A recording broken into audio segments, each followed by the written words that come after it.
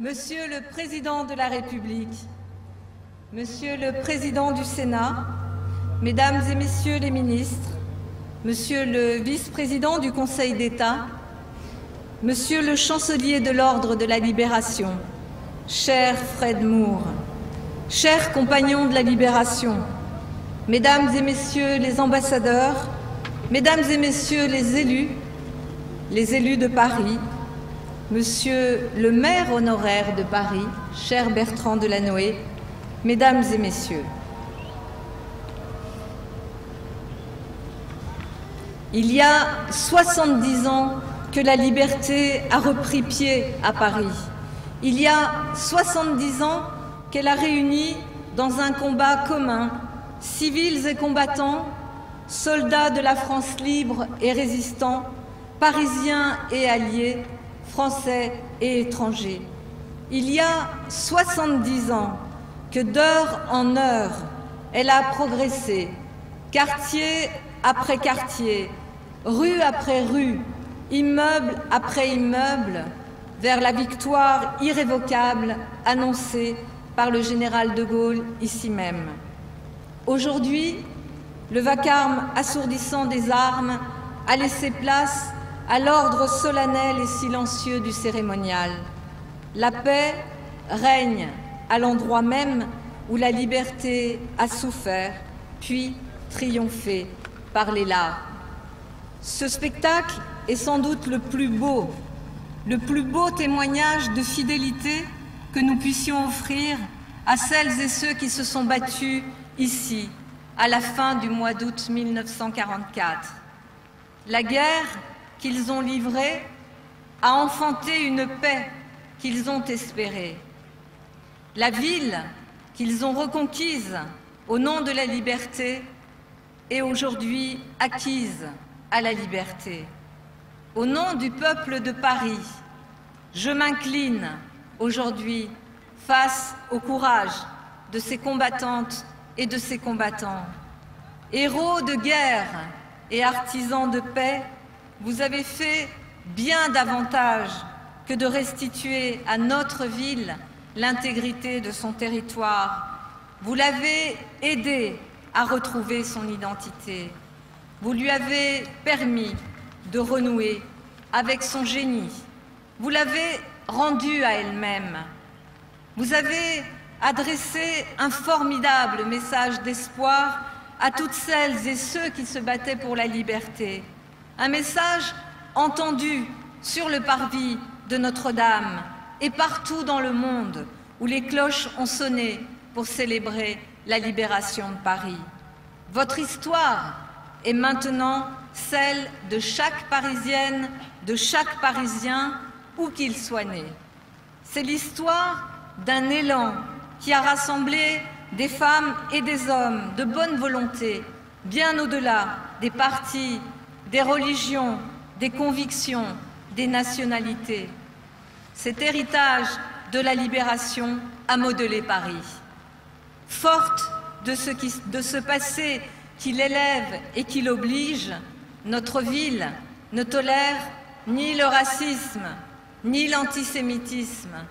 Elle n'accepte pas davantage aujourd'hui le sexisme ou l'homophobie. Forts ensemble de l'exemple donné par nos aînés, ne laissons jamais les ferments de la division et de la discrimination pervertir le projet humaniste et démocratique qui nous lie. L'hommage de Paris va d'abord aux femmes et aux hommes qui ont perdu la vie dans les combats de la libération. Je pense aux FFI qui se sont effondrés au coin d'une rue à portée de voix de la victoire. Je pense aux résistantes et aux résistants capturés, torturés, à quelques heures, à quelques mètres, à quelques larmes de la liberté. Je pense aux Français libres et aux alliés survivants de tant de combats et dont le sol parisien a recueilli le dernier souffle. Je pense à tous ces étrangers venus donner leur vie pour une ville qu'ils savaient aussi être la leur.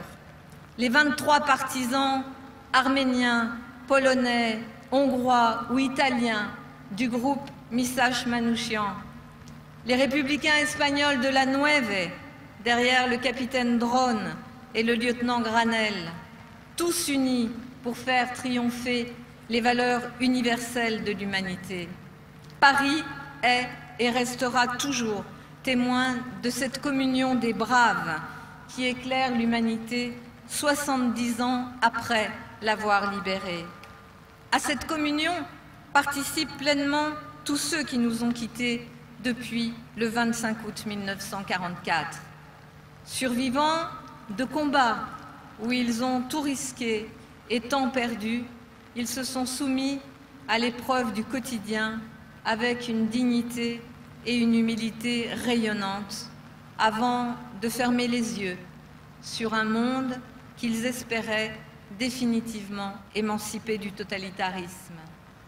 Ou que leur vie les ait emmenés dans les années et les décennies qui ont suivi la victoire, une part d'eux-mêmes est restée attachée à ce lieu. Paris les considère à jamais comme ses enfants et honore leur mémoire avec la même ferveur respectueuse que celle de leurs frères d'armes qui n'en sont jamais revenus.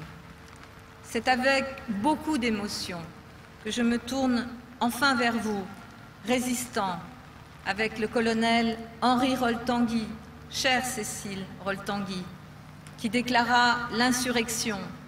Français libre, vétéran de la 2e DB du général Leclerc, soldat allié et ami compagnon bien vivant qui avait survécu aux années de guerre et aux décennies de paix. Si cette cérémonie est le mémorial de la liberté combattante, alors vous êtes ces sentinelles dressées face à l'oppression et face à l'oubli. La liberté qui a élevé vos cœurs et guidé vos pas il y a 70 ans sait pouvoir compter encore et toujours sur votre courage et votre générosité. Elle sait que vous la défendrez jusqu'au dernier souffle, pour la mémoire de ceux que vous avez perdus et pour l'honneur de ceux que vous avez sauvés. Pour vous être fidèles, cette cérémonie ne doit pas se réduire à une commémoration, si belle et si poignante soit-elle. Elle doit s'élever à la célébration des valeurs universelles, de liberté, d'égalité, de fraternité que vous avez passé votre vie à éprouver, à défendre et à promouvoir. Pour vous être fidèles, cette cérémonie ne doit pas non plus se réduire à une leçon d'histoire, si clairvoyante et décisive soit-elle. Elle doit se vouer à transmettre aux nouvelles générations une leçon de vie. Ville compagnon de la libération, Paris s'engage avec l'île de Saint, avec Nantes, Grenoble et Vassieux en Vercors pour faire vivre les valeurs de la résistance. Comme l'avait souhaité le général de Gaulle en visionnaire, il nous revient de faire vivre cet héritage auprès notamment des enfants de nos écoles. Ensemble avec vous, mon cher colonel Fred Moore, et comme les compagnons nous l'ont appris, nous nous élevons face aux forces qui menacent l'humanité. Nous luttons contre la haine, l'extrémisme, le fanatisme, l'exclusion, le racisme, l'antisémitisme, mais aussi contre le sexisme et l'homophobie. Nous nous opposons en parole et en acte à tous ceux qui menacent et abîment et qui nient la dignité de l'homme. Comme vous, nous vivons chaque jour de l'espérance concrète des jours heureux et d'un monde meilleur. Dans cet esprit, nous nous investissons totalement dans l'éducation, la santé, la solidarité et bien sûr le respect et la protection de l'environnement qui sont aussi notre bien commun. Dans cet esprit, nous transmettons aux générations à venir les biens précieux que vous nous avez vous-même transmis. Le refus de la résignation, le courage, la foi dans la République, la liberté et la paix. Cette République qui doit se vivre comme une exigence ou une quête bien davantage que comme une évidence ou pire, comme une abstraction. Cette liberté qui doit se vivre comme un risque, bien davantage que comme une rente. Cette paix, enfin, dont vous avez payé le prix et dont trop souvent nous ignorons la valeur dans nos actes quotidiens. Nous relevons ces défis comme vous avez relevé le vôtre, avec humilité, confiance, espoir et détermination. Nous devons aujourd'hui mériter pour vous ce que nous avons hérité de vous. Cet héritage est inscrit dans le programme du Conseil national de la Résistance et dans la Déclaration universelle des droits de l'homme de 1948. Cet héritage est d'une grande modernité, mais aussi d'une immense fragilité. Les messages qu'il porte sont intemporels et universels. Les femmes et les hommes qui l'ont imaginé, construit et défendu ne se sont pas trompés en consacrant aussi les droits économiques et sociaux comme partie intégrante du pacte républicain et comme condition de toute démocratie et de la paix. Je le dis ce soir, au nom de Paris, leur postérité a plus que jamais besoin de notre fidélité. Une fidélité sans nuance et sans prudence, à l'image de celle qui vous animait durant les combats d'août 1944. Une fidélité clairvoyante sur les dangers qui menacent encore et toujours nos nations. Si nos peuples ne sont pas entièrement occupés à faire vivre la démocratie et les valeurs de notre République, alors ils peuvent la faire mourir. Vous ne nous dites pas autre chose, vous qui avez refusé la barbarie, vous qui avez refusé de céder. Vous n'avez pas fui vos responsabilités quand Paris était plongé dans la nuit, quand les délateurs prospéraient, quand les enfants juifs étaient raflés dans les écoles.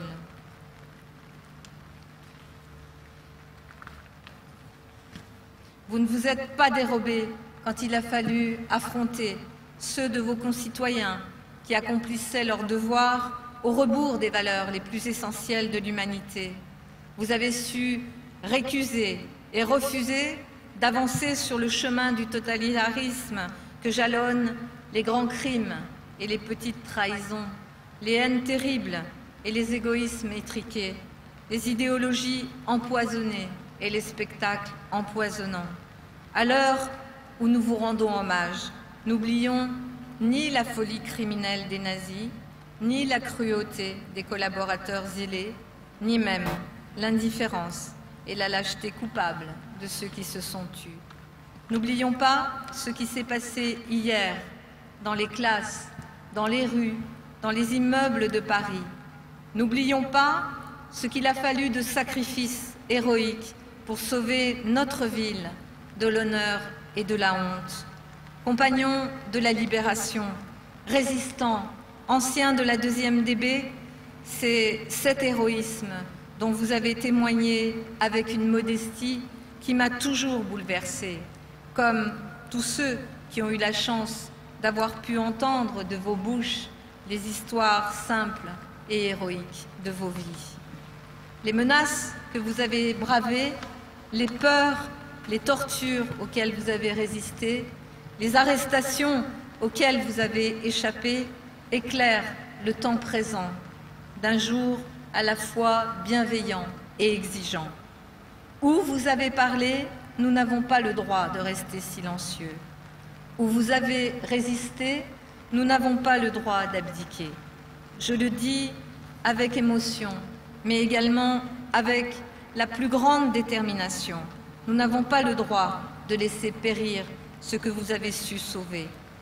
Compagnons de la libération, résistants, anciens de la 10e DB, vous incarnez magnifiquement cette République qui est notre bien le plus précieux et que Jaurès aimait définir comme un grand acte de confiance. Instaurer la République, écrivait-il, c'est proclamer que des millions d'hommes et de femmes sauront tracer eux-mêmes la règle commune de leur action. Il y a 70 ans, vous avez à la fois sauvé et rétabli la République en la vivant comme un grand acte de confiance et un grand acte d'audace. Contre tout fatalisme et contre tous les fanatismes.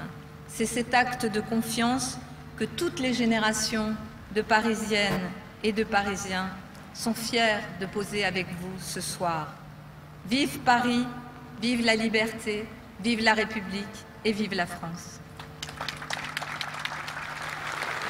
Monsieur le Président de la République.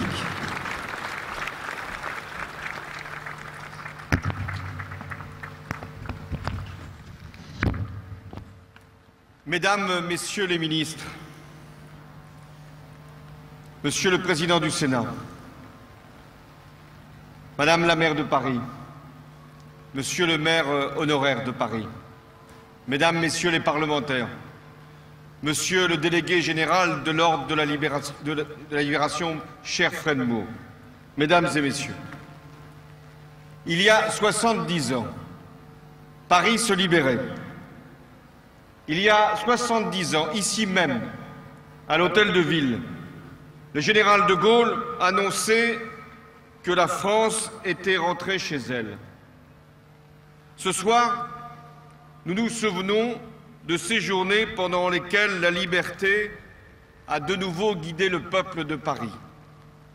C'était une délivrance pour la nation, mais ce fut aussi un espoir pour le monde entier.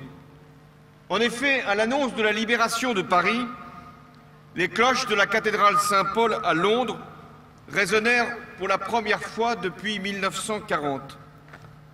À l'annonce de la libération de Paris, on dansa à Rome, à Buenos Aires, à La Havane. En Australie, en Nouvelle-Zélande, les drapeaux furent déployés comme pour une fête nationale. Et même dans la nuit des camps, dans ces lieux d'horreur, la nouvelle fut accueillie comme une lueur. On chanta même la Marseillaise à Buchenwald, on pleura de joie à Dachau. Pour la France, Paris libéré, c'était le signal de la victoire. Paris libéré par lui-même. Paris libéré par son peuple, avec le concours des armées de France. Pour les Parisiens, c'était la fin d'un calvaire qui avait duré trop longtemps, 4 années.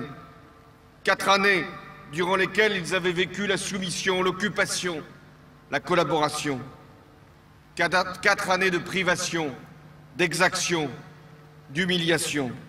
Mais 4 années aussi de lutte souterraine, d'action d'éclat et de préparation méticuleuse du soulèvement. Et bientôt, à l'heure dite, les héros de l'ombre se sont retrouvés au rendez-vous que leur avait fixé l'histoire. Ce rendez-vous, c'était le 10 août. Les cheminots se mirent en grève. Ce rendez-vous, c'était le 15 août. Ils étaient rejoints par les policiers. Puis le 18 août, alors que le dernier convoi de déportés de la région parisienne venait emporter 1600 sacrifiés vers les camps de la mort. Oui, ce jour-là, les services publics sont à l'arrêt. Rolf Tanguy, le chef des FFI d'Île-de-France, appelle à la mobilisation générale et à l'insurrection nationale. Le 19, le drapeau français flotte sur la préfecture de police. C'est le début de la bataille. Des dizaines de milliers de Parisiens vont se soulever. Ils avaient peu d'armes, mais beaucoup de courage. Leur fer de lance, si je puis dire, c'était les barricades. Et leur force était sans égale. En érigeant ces barricades, les Parisiens appelaient à leur secours les insurgés magnifiques des temps anciens. Ceux de 1789, quand Paris faisait la Révolution. Ceux de 1830, quand les restaurations étaient renversées. Ceux de 1848, quand la République renaissait. Ceux de 1870, quand la Commune prétendait inventer un monde nouveau. Mais leur soulèvement n'aurait pas suffi. Au 6e jour, les insurgés reçoivent l'aide décisive de la 2e DB du général Leclerc et de la 4e division d'infanterie américaine. Alors, de durs combats se déroulent pour réduire les dernières poches de résistance nazie au Sénat, place de la République, à la Concorde, à l'école militaire. 1000 FFI meurent durant cette semaine glorieuse. Mais l'essentiel est acquis. Et c'est entre des mains françaises, oui, des mains françaises, que le 25 août, von Scholtitz remet sa reddition. Ces mains sont celles du général Leclerc et du colonel Roltanguy. Et le 26 août, le lendemain, sur les Champs-Élysées, 1 million de Parisiens au moins accueillent en liesse le général de Gaulle et acclament les soldats de la 2e DB. Paris, libéré par lui-même, c'était la fierté reconquise d'un peuple, d'une ville, d'une nation, décidée à retrouver sa grandeur.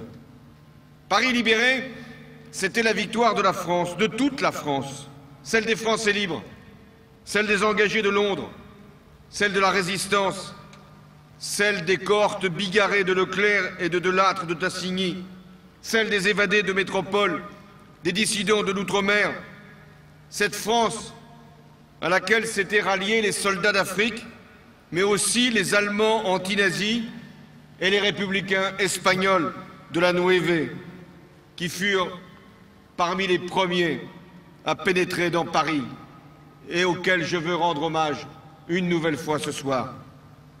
C'est grâce à eux, à tout cela, que Paris a pu rester la capitale de la liberté, la ville des droits de l'homme et la cité de l'esprit.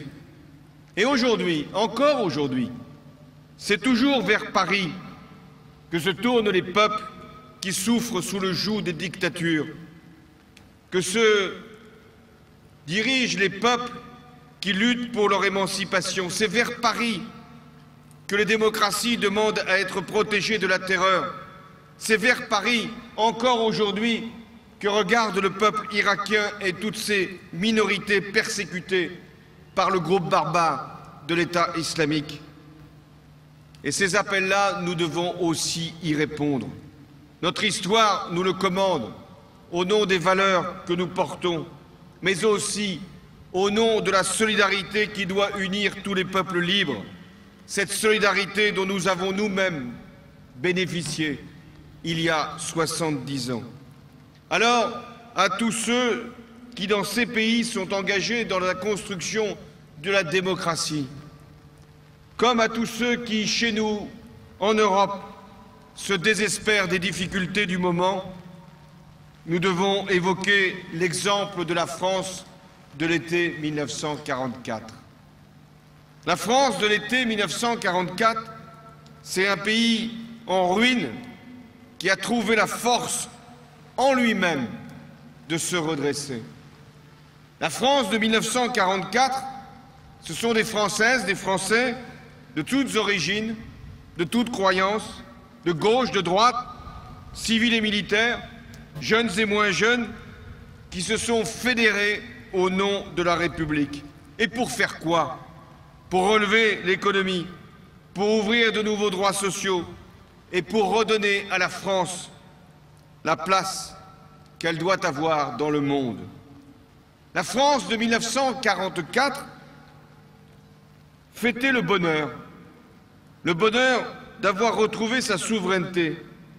Mais ce n'était pas un bonheur égoïste, c'était le bonheur d'une nation rassemblée et ouverte.